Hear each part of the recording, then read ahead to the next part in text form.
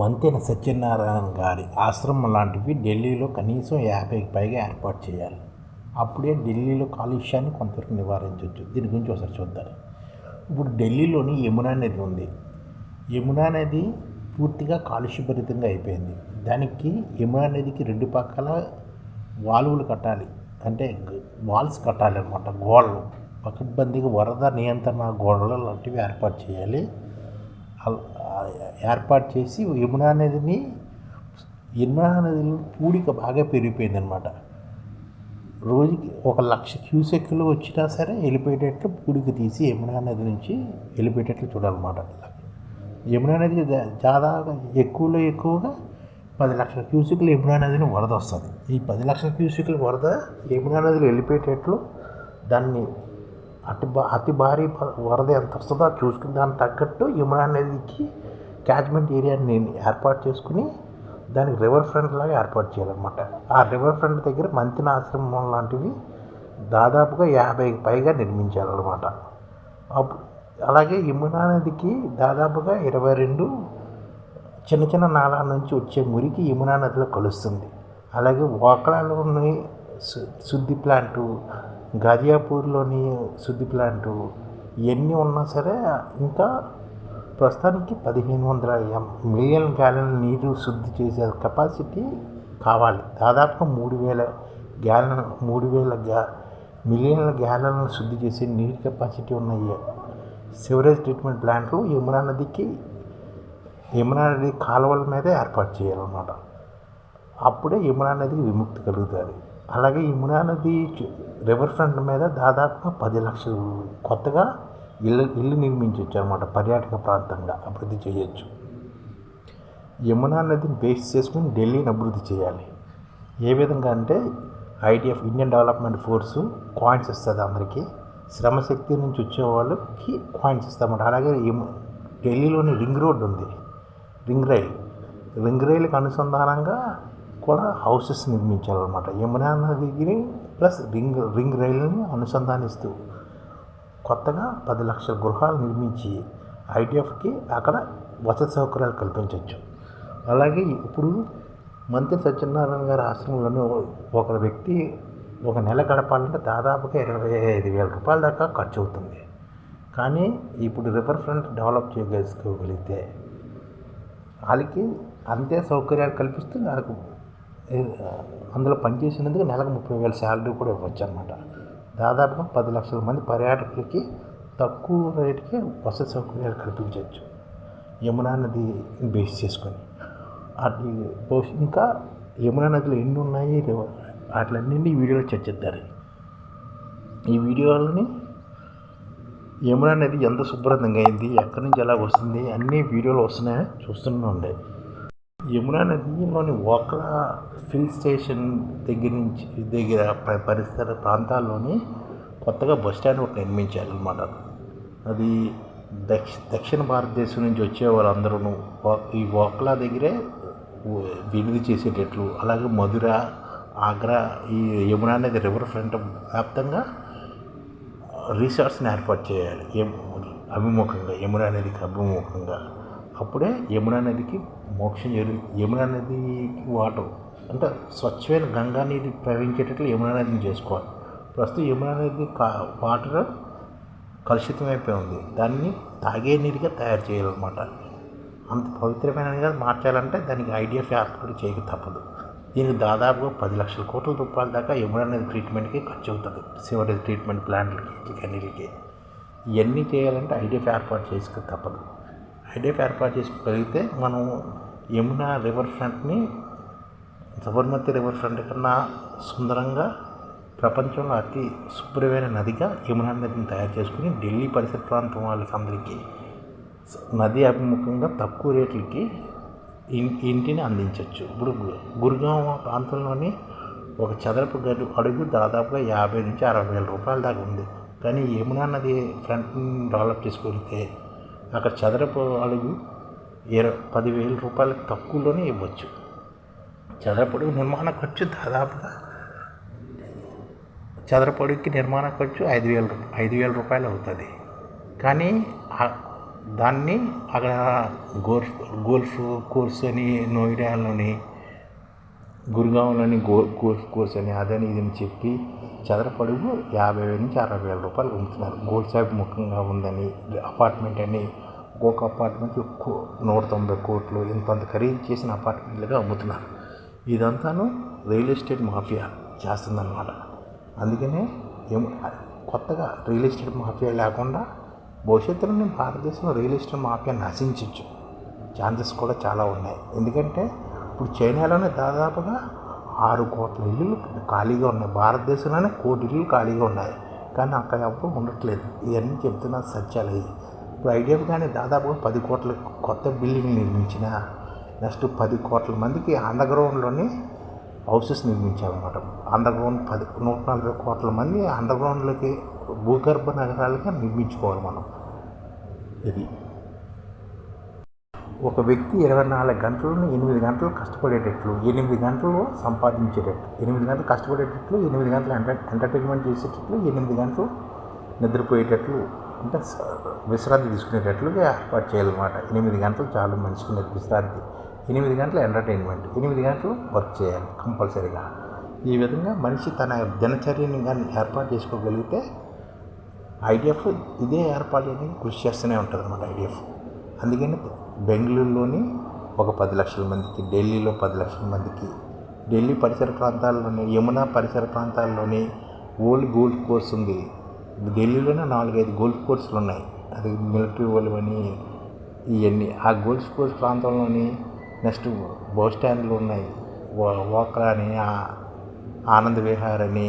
ఈ బస్ స్టాండ్లో కూడాను అందరికీ కాశ్మీర్ గేట్ దగ్గర వీళ్ళందరికీ అకామిడేషన్ ఇచ్చేటట్లు రోజుకి 10 లక్షల మంది పర్యాటకులు ఢిల్లీకి వచ్చినా సరే వాళ్ళకి అందరికీ తక్కువగా 120 నుంచి 150 రూపాయలు రూమ్ వచ్చేటట్లు ఐడిఎఫ్ చూసుకుంటుంది అన్నమాట. వీళ్ళందరికీ తక్కువలోనే అలాగా హ్యాపీగా ఢిల్లీలోని తన జీవితాన్ని గడిపేటట్లు ఐడిఎఫ్ చూస్తుంది అన్నమాట.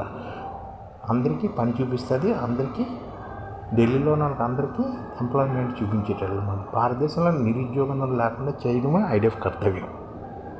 ఈరోజు ఖతారు ప్రపంచంలోని ధనిక నగరాల కింద, ధనిక దేశం కింద ఉండేది ఖతార్. ఈరోజు ఇరాను ఖతార్ మీద బాంబులు వేయడం వల్ల ఖతార్ 5 సంవత్సరాలు వెనక్కి వెళ్ళిపోయింది. అక్కడ ఉన్న ఖతార్ కెమికల్ కంపెనీలోనే మేము 2000లో పనిచేసాం. ఖతార్ కెమికల్ కంపెనీ అది మేము కట్టిందే. దాన్ని ఫుల్గా ధ్వంసం చేసేసారు ఇరాన్ వాళ్ళు మిసైల్ చేసి. అది 2 లక్షల కోట్ల రూపాయలు ఖరీదు చేసే కంపెనీ. ఆ కంపెనీలోనే దాన్ని నిర్మించిందే మేము. నేను అందులోనే 18 ఏళ్ళు పనిచేస్తాను. డోడ్సాల్ అని గుజరాత్ కంపెనీ కన్స్ట్రక్షన్ చేసింది. ఆ కంపెనీ డోడ్సాల్, DODSOL, డోడ్సాల్ గుజరాత్ కంపెనీ అనమాట. అందులోనే 24 నెలలు పనిచేశాను. లాస్ట్ ఇయర్ కమిషన్ చేసి మేమే వచ్చాం బయటికి 2000లోనే. ఆ కంపెనీ నిర్మించిందే మేము. అలాంటి కంపెనీ 2 లక్షల కోట్ల కంపెనీని ధ్వంసం చేసింది ఇరాన్. ఇప్పుడు ఇరాన్ అలాంటి అంత పెద్ద కంపెనీలనే ధ్వంసం చేస్తున్నప్పుడు అలాంటి దేశాలకి ఆ దేశం ద్వారా $1,00,000 కోట్ల $1,00,000 కోట్ల హెడ్జ్ మనీ ఫండ్ ఉంది ఖతార్ దగ్గర. అలాంటి కంపెనీ, అలాంటి దేశమే కోలుకోలేకపోతుంది. కానీ మన భారతీయులు అందరూ అక్కడికి వెళ్ళి పెట్టుబడులు పెడుతున్నారు, ఇల్లు తీసుకుంటున్నారు దోహా, ఖతార్లో. ఇలాంటివన్నీ కాకుండా మన తక్కువ భారతదేశంలోనే వీళ్ళందరికీ హౌసెస్ వచ్చేటట్లు చూడాలి. ఇంకా అధునాతన సదుపాయాలతో బంకర్లు నిర్మించాలన్నమాట, అండర్గ్రౌండ్లో వెళ్ళేటట్లు. అలాగే క్యాషినోలు కూడా ఏర్పాటు చేయాలి, అందరికీ ఎంటర్టైన్మెంట్ ఇచ్చేటట్టు.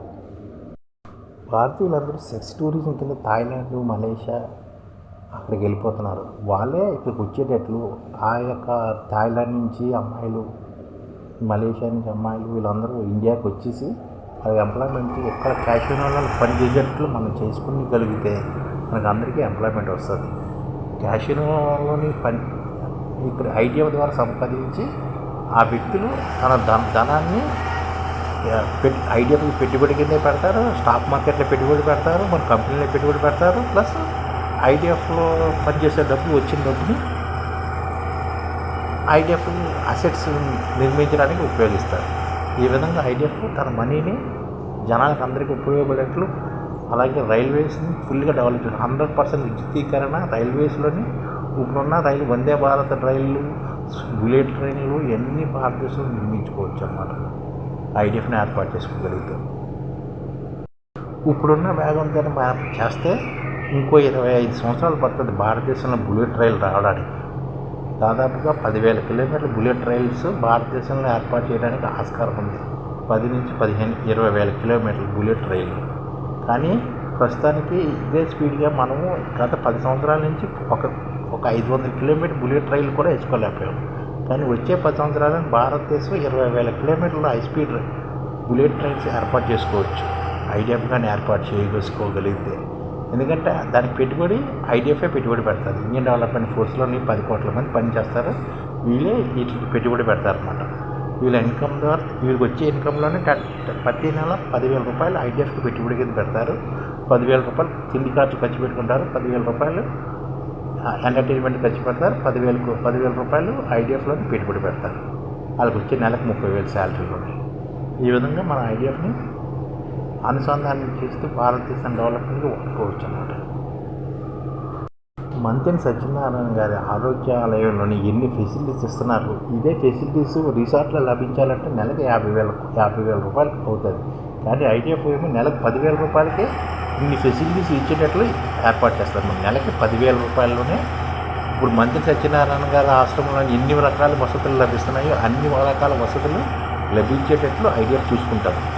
ఐడిఎఫ్ తన ఈ యమునా నది తీర ప్రాంతంలోనే ఐడిఎఫ్ ఏర్పాటు చేసి అందరికీ ఎంప్లాయ్మెంట్ ఇస్తూ వాళ్ళందరికీ గృహ వసతులు కల్పిస్తుంది అన్నమాట. ఢిల్లీ నుంచి ఆగ్రా వరకు యమునా నది తీరంలోని రివర్ ఫ్రంట్గా డెవలప్ చేసుకుంటూ అట్లన్నిటికీ అక్కడి నుంచి ప్రతిదానికి నేషనల్ హైవేస్ పక్కన రివర్ ఫ్రంట్ డెవలప్ చేసుకుంటూ భారతదేశంలోని భూగర్భ నగరాలను కూడా డెవలప్ చేసుకుంటూ మనం చేసుకోవాలన్నమాట ఐడిఎఫ్ ద్వారా.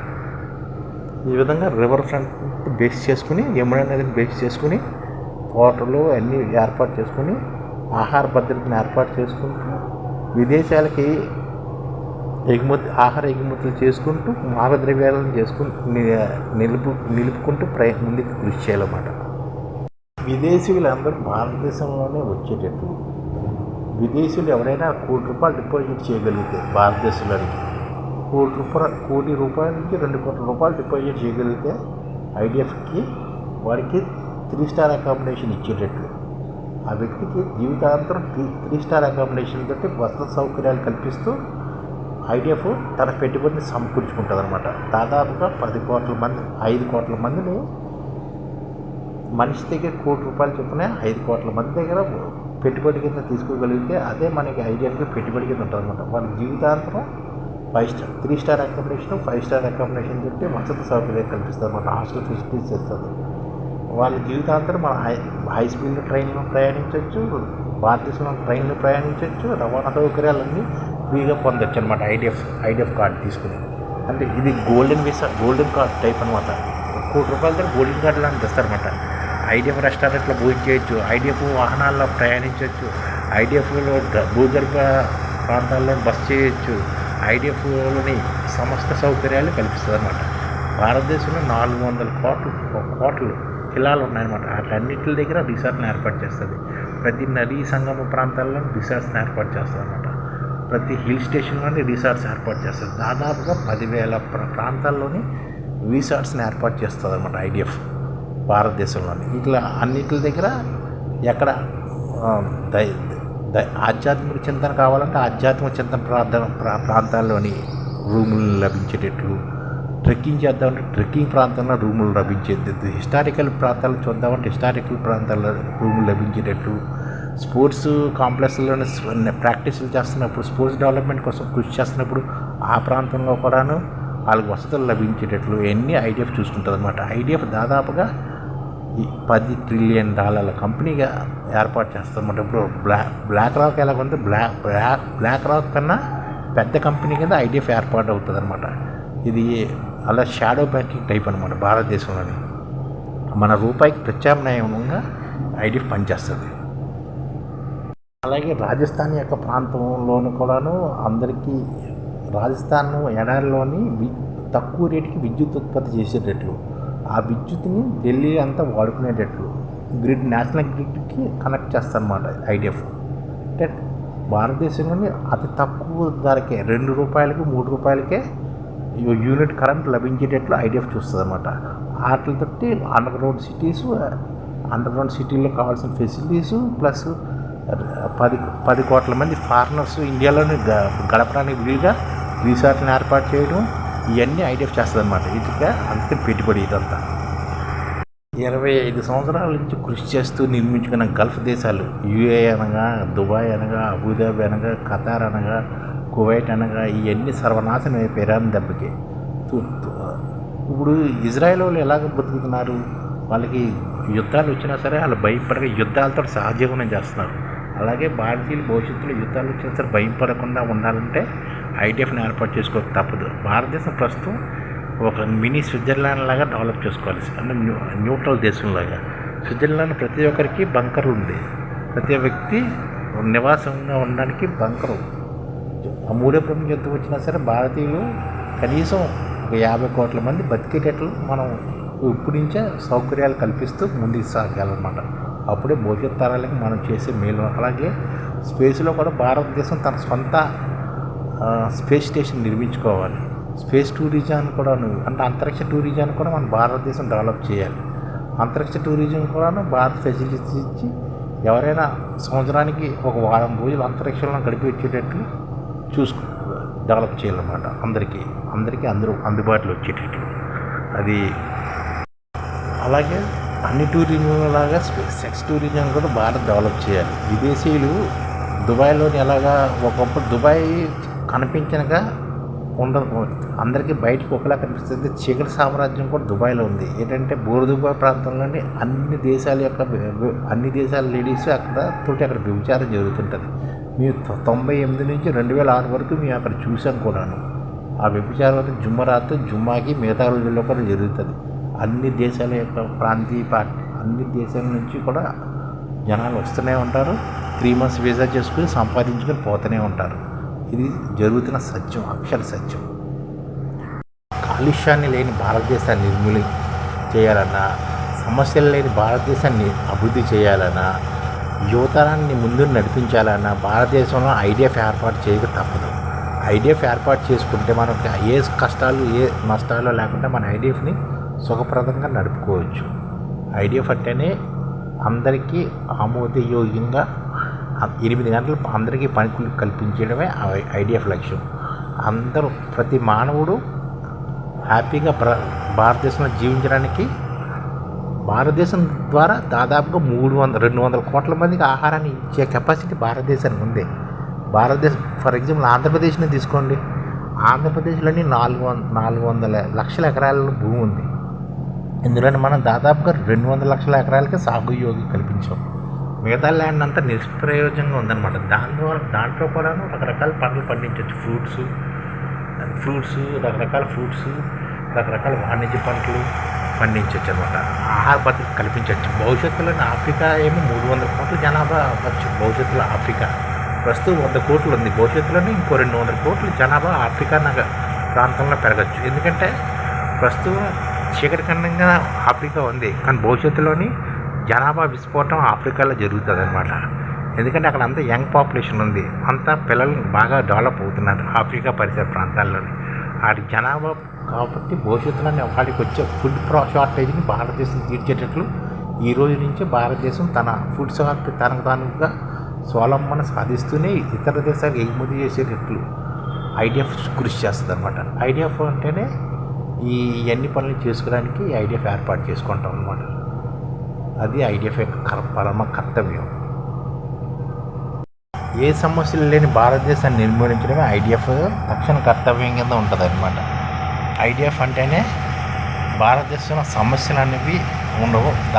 దాదాపుగా 10,000 మంత్రి సత్యనారాయణ గారి ఆశ్రమం లాంటివి భారతదేశంలోని నిర్మించుకోవాలి మనం. 10,000 మంత్రి సత్యనారాయణ ఆశ్రమాలు భారతదేశం మొత్తంగా నిర్మించాలి. అప్పుడు భారతీయులు అందరూ తన జీవితాన్ని సుఖప్రదంగా వెళ్ళొచ్చు అనమాట. ఆరోగ్యాలయాలు భారతదేశంలో 10,000 కావాలి. మంత్రి సత్యనారాయణ లాంటి ఆశ్రమాలు.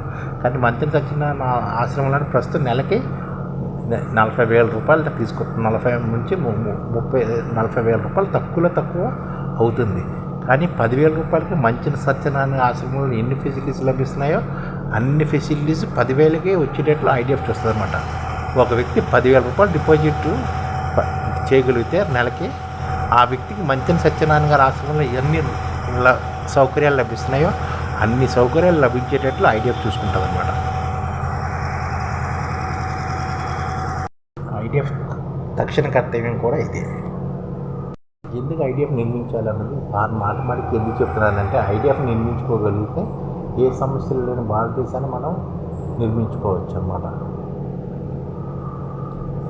అలాగే క్యాషినోస్ కూడా మనం డెవలప్ చేసుకోవాలి. అంటే మన కొన్ని ప్రాంతాలలోని మనం ఏర్పాటు చేస్తామన్నమాట.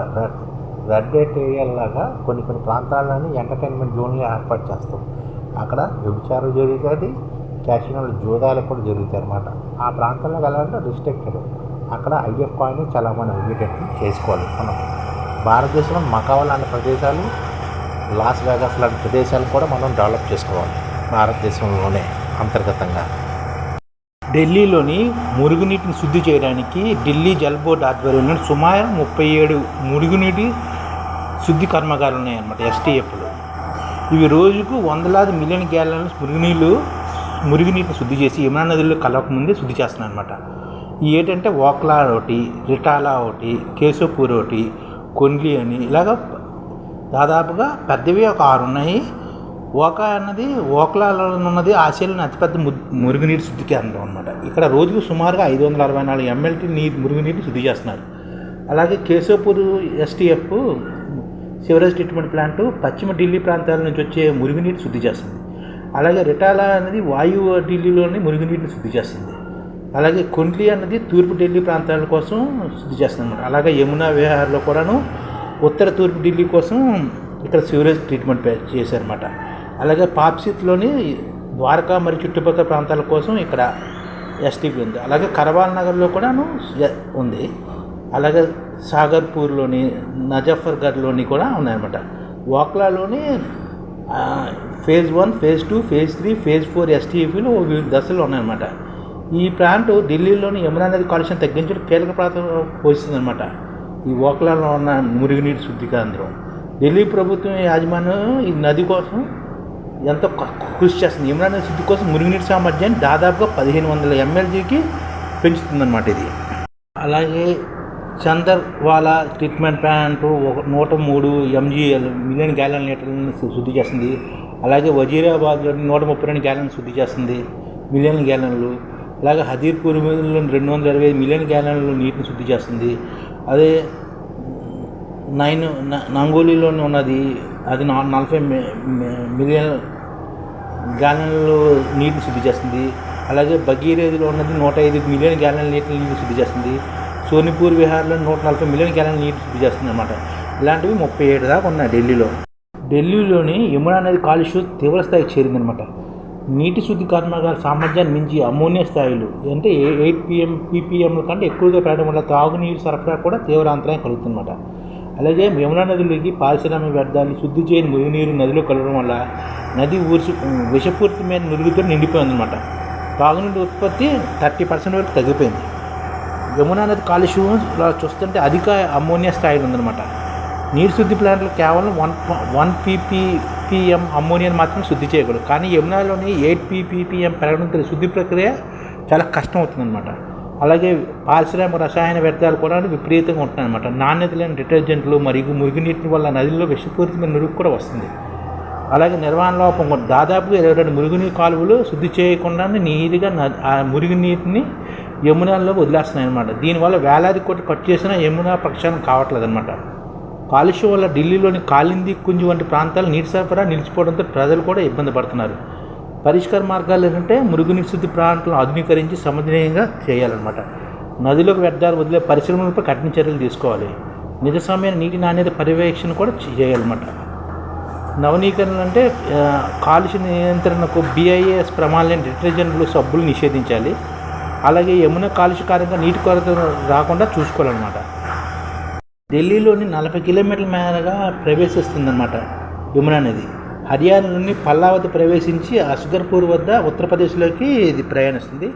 ఈ ప్రాంతం మొత్తంగా 40 కిలోమీటర్లోని 33 ప్రదేశాల శాంపిల్స్ వస్తుంటే దాదాపుగా అన్ని శాంపిల్స్ చాలా నదిలో జీవరాశి ఏం లేనట్టుగా తేలిందనమాట. ఢిల్లీలోని 2 కోట్ల మంది ఉండటం వల్ల ప్రతిరోజు మురుగునీటి విపరీతంగా వస్తుందండి. గత కొన్నేళ్ళుగా 5,536 కోట్లు ఖర్చు చేసినా ఉపయోగం లేకుండా పోయిందనమాట. జూలై 2025లోని చూస్తే ఇప్పుడు రోజుకి 4,414 మిలియన్ లీటర్లు మురుగునీటి శుద్ధి కొరత ఇంకా చేయాల్సి ఉందన్నమాట. డైలీగా ప్రతిరోజు 11,862 టన్నులు ఘన వ్యర్థాలు ఉత్పత్తి అవుతున్నాయి ఢిల్లీలో. వాటిలో సుమారు 91 టన్నులు నిర్వహణ లేకుండానే మిగిలిపోతున్నాయి. ఈ వ్యర్థాలు అధిక వర్షం నీటి కాలువల్లోకి ప్రవేశించి ఢిల్లీని కాలుష్య కర్మాగారంగా తయారు చేస్తున్నాయి. కంట్రోలర్ జనరల్ కూడా ఇదే ఈ విషయం చెప్తున్నారు. ఢిల్లీలోని దాదాపు 296 కలుషిత నదీ ప్రాంతాలుగా ఉన్నట్లు గుర్తించారు. ప్రస్తుతం ఢిల్లీలోని శుద్ధి కర్మాగారాలు 2028 నాటికి 1,500 మిలియన్ గ్యాలన్ నీటిని శుద్ధి చేయడానికి లక్ష్యంగా పెట్టుకుని పనిచేస్తున్నారన్నమాట.